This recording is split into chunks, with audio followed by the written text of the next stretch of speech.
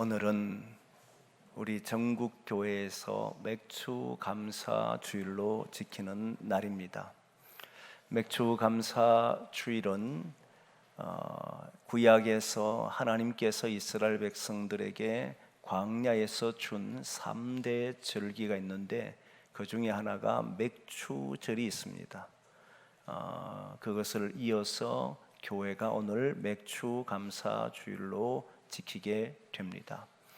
근데 오늘날은 맥주 감사 주일을 지키는 것은 이제 1년 가운데 전반기 6개월 동안 하나님이 베푸신 은혜에 감사해서 맥주 감사 주일을 지키고 있는 겁니다. 그러면서 돌아봤습니다. 하나님이 우리에게 베푸신 은혜가 무엇일까? 그랬더니 여러분들을 보면서 곳곳에서 봉사하시는 분들이 참 많았구나. 우리 찬양대, 그리고 교육부에 같으면 교사들, 차량 봉사하는 분들, 그리고 방송실에서 수고하는 분들, 식당에서 자원하신 분들, 또 우리 항존직이라서 봉사하신 분들, 또 기도로 돕는 분들, 또 향기마루 카페에서 매일 많은 지역 주민들을 섬기는 일들 등등 많은 부분에서 참 교회가 성도들의 그 은혜 속에 행하고 있었구나, 이런 생각을 하면서 감사를 드렸습니다. 이 시간 모든 일에 수고하고 애쓴 여러분들에게 진심으로 감사를 드리고 하나님의 복이 후반기에도 여러분의 삶과 가정에 임하기를 소망합니다. 특별히 오늘 맥주 감사 주일에 나눌 말씀은 시편 107편 말씀입니다. 107편 말씀을 가지고 기적과 감사라고 하는 제목으로 말씀을 나누려고 합니다. 사실 감사에 어울리는 단어는 은혜입니다. 그래서 보통 은혜에 감사합니다 이렇게 많이 해요. 기적에 감사합니다 이 소리보다는 은혜에 감사하다. 그래서 감사는 사실 은혜가 더 잘 어울리는 단어입니다. 그런데 저는 오늘 기적과 은혜라 해서, 기적과 감사라 해서 감사에 어울리는 단어로 기적을 이야기했습니다. 이유는 여러분, 최근 우리가 한동안 어려운 시간들을 거쳐왔습니다. 코로나19라고 하는 2019년도 12월경에 코로나가 발병되었고, 그리고 전 세계를 퍼져나가기 시작했는데 2020년도에 들어오면서 한국 사회도 이 코로나를 비켜나지를 못했습니다. 모든 삶이 당황스러웠기 때문에 교회마저도 사상 유례 없는 온라인 예배로 전환되기도 했습니다. 거기에 따른 비판도, 거기에 따른 당위성도 사람들 사이에는 논쟁거리로 여전히 남아 있습니다. 그러나 이제 2020년도 그렇게 우리를 공포스럽게 했던 그 코로나19도 지난달로 마스크를 전면 해제하고 일상의 삶을 점점 회복하고 있는 단계입니다.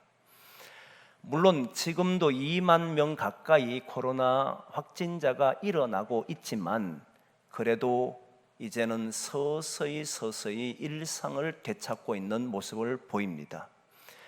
코로나로 인해서 마스크를 쓴 이후, 마스크를 전면 이제 해제된 이후에 첫 감사 절기를 지키는 것이 맥주 감사 주일이에요. 그래서 저는 지나온 모든 어려움과 힘듦에서 벗어난 것이 하나님의 은혜라고 하는 말보다 기적이다라고 하는 말씀을 드리고 싶었던 거예요. 우리는 코로나가 한참 심할 때 우리의 모든 기도의 핵심은 장로님들이 앞에서 기도하고, 저도 그렇고 성도들이 모여서 기도할 때마다 코로나19가 종식되기를 기도했습니다. 그러나 쉽게 잡히지를 않았습니다. 그리고 그 시간은 긴 시간 3년 반 이상을 흘러왔습니다. 그러다 보니 우리의 생각 속에 이것이 우리 하나님의 기도의 응답일까? 기적이라고 하는 단어가 원래 사전적으로는 상식에 벗어난 기이하고 놀라운 일들을 보고 기적이라고 말합니다.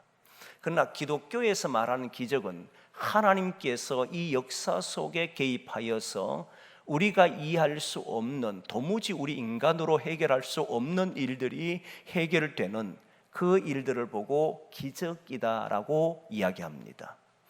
그러나 저는 오늘 말씀을 나누면서 과연 이것이 하나님이 베푸신 기적일까? 아니면 자연스럽게 이제 코로나19가 물러가고 있는 것일까? 이 고민을 했던 겁니다. 많은 성도들은 하나님 앞에 기도할 때에 하나님 이렇게 되기를 원합니다 라고 소원하고 기도하지만 많은 이들이 실제로 그것이 하나님의 응답이라고 믿고 그 모든 삶에서 살아가는 사람이 얼마나 될까 의문이 들었던 거예요. 예전에 한번 그 아이 한 명의 기도를 통해서 생각을 바꾼 적이 있었습니다. 뭐냐면 제가 시골에서 목회할 때 이제 학생들을 데리고 수련을 가고자 하니까 자체적 수련회를 할 수 있는 형편이 되지를 못했습니다. 그러다 보니 이들을 데리고 그래도 저는 이들을 잘 키우고 싶은 마음이 있었기에 이들에게 우리나라에 그래도 유명한 사람과 유명한 학교를 데려가면서 보여주는 그런 일을 했습니다. 그래서 포항에 있는 포항공대, 한동대학교, 그리고 정말 믿음의 사람으로 잘 하고 있는 그런 사람들을 만나서 대화할 수 있는 시간을 가졌던 겁니다. 그때 교회가 차량이 없었어요. 다마스라고 하는 작은 차량이 있었는데 아이들을 함께 가려니까 적어도 15인승의 차량이 필요했습니다. 차를 빌릴 수 있는 형편이 되지를 못했기 때문에 주변에 수소문을 해서 15인승의 차량을 빌려줄 수 있는 데를 찾았습니다. 그랬더니 어떤 선교 단체에서 15인승 차량을 빌려주겠다고 말씀을 해서 그 차를 가지고 다녀온 적이 있습니다. 그런데 이 차가 얼마나 오래됐는지 불안하게 다녀옵니다. 가다가 결국은 퍼졌습니다. 차 빌리는 돈보다 훨씬 더 많이 들었습니다. 그래서 그래도 겨우겨우 고치고 그 일정을 소화하고 돌아오는데 나중에 돌아오다가 차 트렁크 문이 달리는 중에 열려서 그 뒤에 있는 기타 냄비 할 것 없이 다 떨어져서 그걸 다시 여러분 뒤에 차를 달리다 그 떨어지면요 달려오는 차들이 놀라잖아요. 다행히 너무 감사하게 하나님이 이건 기적이라 생각하는데 차들이 안 오게 한 거예요. 그래서 다 주워가지고 돌아왔습니다. 그리고 이제 마치고 헤어지는데 한 학생에게 고등학교 3학년이 제일 선배였기 때문에 그 학생에게 기도를 마무리하라라고 했더니 이렇게 이야기합니다. 아주 짧고 간결하면서 핵심의 기도를 합니다. 뭐라고 기도하냐면 하나님 살려주셔서 감사합니다. 근데 저는 그 기도를 들으면서 무슨 생각을 했냐면 우리가 출발할 때 기도를 했거든요. 하나님 지켜달라고 기도했는데 가만히 보니까 돌아와서는 기도를 잘 안 해요. 그냥 당연한 듯이 넘어가더라는 거예요. 뭔가를 할 때는 하나님의 도우심을 바라고 하는데 그게 하나님의 도우심이었는지 아니면 자연스럽게 지나간 일이었는지를 구분함이 없이 그렇게 살고 있다는 것을 알게 됐습니다. 살려주셔서 감사합니다. 이 한 소리가 이게 하나님이 우리에게 이 길을 여셨구나, 기적적으로 돌아왔구나, 이 소리였잖아요. 그 아이는 이것이 기적이라고 말을 했던 겁니다. 그런데 저는 그때만 해도 그냥 운전하고 온 당연한 결과다 이렇게 본 거예요. 많은 성도들이 이렇게 살지는 않을까? 우리가 일상에 살아가면서 많은 일들을 경험하는데 놀라운 일들을 경험했을 때 도무지 해결되지 못한 일들이 해결되면 하나님의 은혜다, 하나님이 기적을 베풀어 주셨다라고 말하면서 실제는 우리의 마음속에는 그건 당연히 일어나는 일로 받아들이고 사는 것은 아닐까 하는 생각을 했던 겁니다. 이게 신앙의 형식화입니다. 절기가 되면 가장 걱정스러운 부분이 뭐냐면 절기는 반복됩니다. 절기가 반복되다 보면 이 반복은 형식화로 빠지게 만듭니다. 그래서 목회자는 어떻게 하든지 이 절기가 형식화가 되지 않도록 노력을 해야 하고, 교인들도 함께 형식화가 자신의 신앙이 되지 않도록 마음을 다잡아야 합니다. 이게 우리가 극복해야 될 문제잖아요. 그럼 오늘 우리는 조금 전에 이야기했던 것처럼 코로나19가 이제 거의 끝나가고 있고 지금까지 종식을 부르짖었고 우리는 마스크가 해제된 상황에서 예배를 드립니다. 하나님의 기적일까요? 아니면 시간이 흘러서 해결된 것일까요? 이 둘 차이는 사실은 우리가 고백하는 정도의 차이밖에 없다고 생각하는 사람이 많습니다. 실제 성경을 봐도 우리는 그렇게 보이는 것이 많습니다. 예를 들면 아브라함 같은 경우를 보면 하나님이 그를 불러내어서 가나안 땅을 주시겠다고 지시할 땅으로 보냈습니다. 그래서 아브라함은 어느 날 갈대아 우르에서 떠나서 가나안 땅에 도착합니다. 도착해서 거기에서 무엇을 만나느냐 하면 기근을 만나게 됩니다. 그 기근이 얼마나 심했던지 더 이상 여기에서 살 수 없다고 생각하고는 애굽으로 내려갑니다. 애굽으로 내려갔다는 이 말은 거기에 기근이 심했다는 말입니다. 살 수 있는 길이 이 땅에 없었기 때문에 애굽으로 내려갔습니다. 애굽으로 내려가서 거기에서 아내를 빼앗겼습니다. 그런데 놀랍게도 그 애굽 왕이 다시 자기 아내를 돌려줍니다. 아내를 데려가는 이유로 인해서 그에게 많은 양과 가축을 주었습니다. 거부가 된 거잖아요. 이제 가나안 땅에는 기근이 끝났다는 이야기를 듣고는 그는 그 모든 재산과 식솔들을 이끌고 가나안 땅으로 돌아옵니다. 기적입니까? 아니면 누구나 겪는 일입니까? 하나님이란 단어를 빼고 보면 그냥 일반 사람들이 겪는 삶과 다르지 않았다는 것을 알 수 있습니다. 그러나 아브라함은 하나님이 자기를 지켜주셨다고 믿었던 겁니다. 아브라함은 자신이 다시 가나안 땅에 올라온 것은, 자기 아내를 지켜준 것은 하나님의 역사라고 믿었던 겁니다. 그래서 성경은 하나님이 바로의 꿈에 나타나셨다라고 말을 하고 모든 일정을 하나님의 뜻에 맞도록 살았던 것이 아브라함이잖아요. 실제로 삶만 두고 보면 사실 어떤 사람도 겪을 수 있는 일입니다. 하지만 신앙인은 하나님이 지켜주셨고 하나님이 보호하셨고 하나님이 기적을 베풀어 주셨다라고 말하는 거지 않습니까? 이 차이가 무엇일까? 그냥 교회에 와서 하나님의 은혜입니다, 하나님의 기적입니다라고 하는 모든 것을 하나님으로 인해서 일어난 것으로 말하는 것과 그냥 일상 사람들이 살아가면서 경험하는 것에 그렇게 사는 것은 자연적인 흐름이야. 그건 사람이 살다 보면 그런 일을 만날 수 있지.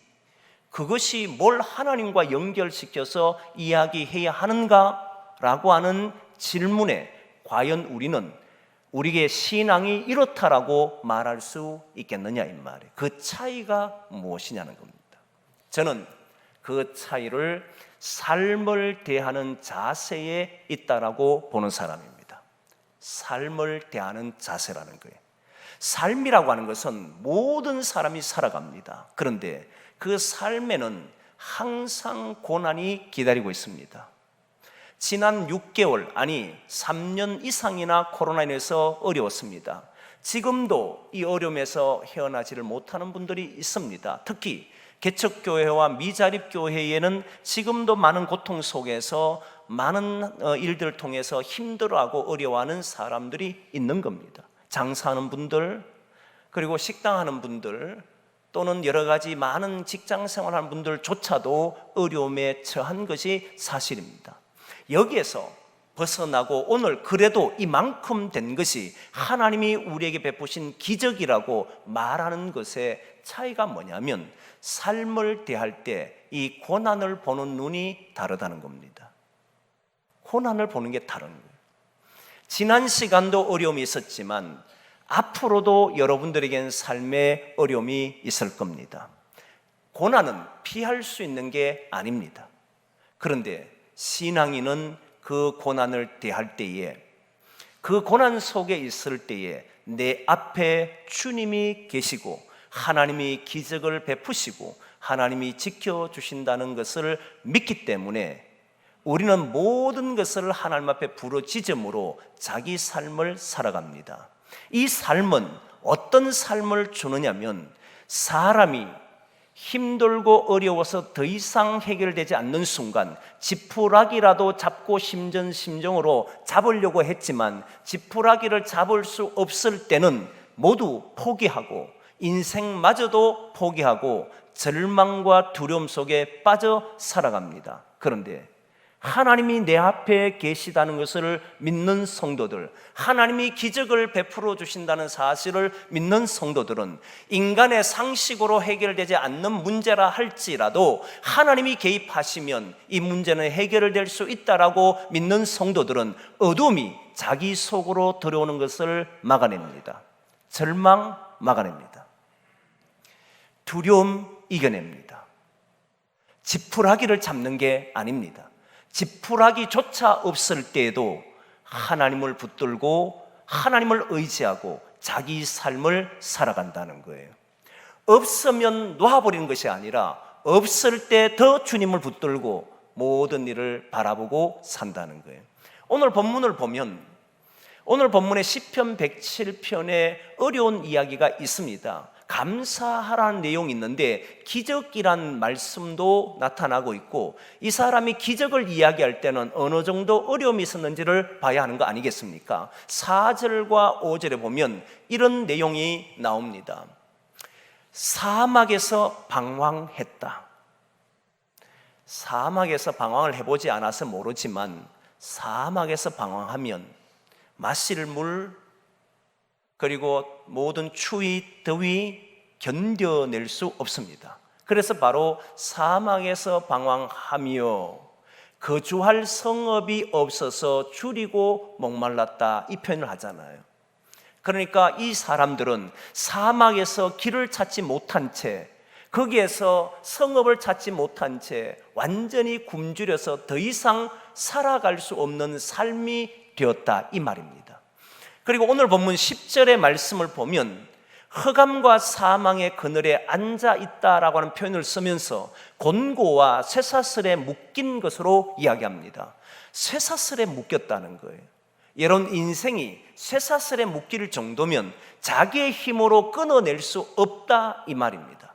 힘이 센 사람일수록 밧줄을 가져가는 것이 아니라 쇠사슬로 묶습니다. 이유는 네 힘으로 끊어낼 수 없는 것을 보여주기 때문에 그렇습니다. 이렇게 묶인 인생, 쇠사슬에 묶인 인생이라는 표현입니다. 그게 뭐냐면 사망과 흑암에 앉아 있을 정도, 다시 말해서 깜깜하여서 그 어떤 것도 의지할 수 없는 상태다, 이 말이에요.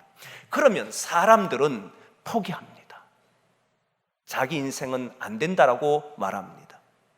그리고 절망과 그리고 실망의 마음을 자기 속에 밀어넣습니다. 그러다 보면 어둠이 가득 차는 것을 보게 됩니다.